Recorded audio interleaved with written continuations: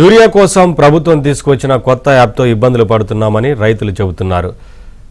Keypad ఫోన్లకే అన్ని మెసేజ్లు వస్తున్నాయని, కీప్యాడ్ ఫోన్లకే కొత్త యాప్ గురించి తమకు తెలియదని గద్వాల జిల్లాలో యూరియా కోసం వచ్చిన ఓ మహిళా రైతు వాపోయింది.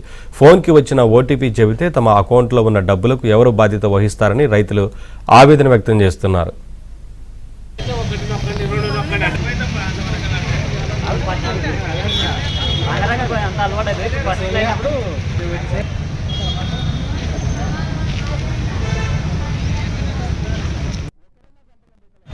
చిన్న సెల్లుకే పైసలు పడతాయి, చిన్న సెల్లుకే ఓటీపీలు వస్తున్నాయి, చిన్న సెల్లుకే అన్ని రైతు బంధు గీత బంధు పడుతున్నాయి. ఇప్పుడు మళ్ళీ ఓటీపీలు అంటే మాకు రాదు సార్, మళ్ళీ ఎట్లా చేయాలి? మాకు ఇరిగా కావాలి, అవసరం ఉంది. ఇరిగా ఇదే సెల్లుకే చేయాలి. ఈ సెల్లులకే ఓటీపీ ఉంది కదా, చిన్న సెల్లులకే.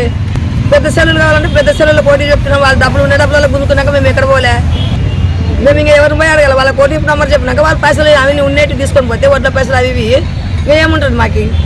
ఇది ఇప్పుడు ఈ సెల్లులతోనే పంపించండి, చిన్న సెల్లులకి. పెద్ద సెల్లులు ఉన్న పెద్ద సెల్లులకు పంపించండి. మేము ఏం తెలియని మేము ఎక్కడ పడుతుంది? రోడ్డు మీద పడుతుందా, బస్ కింద పడుతుందా? మన దాసి సత్తుపోదాం.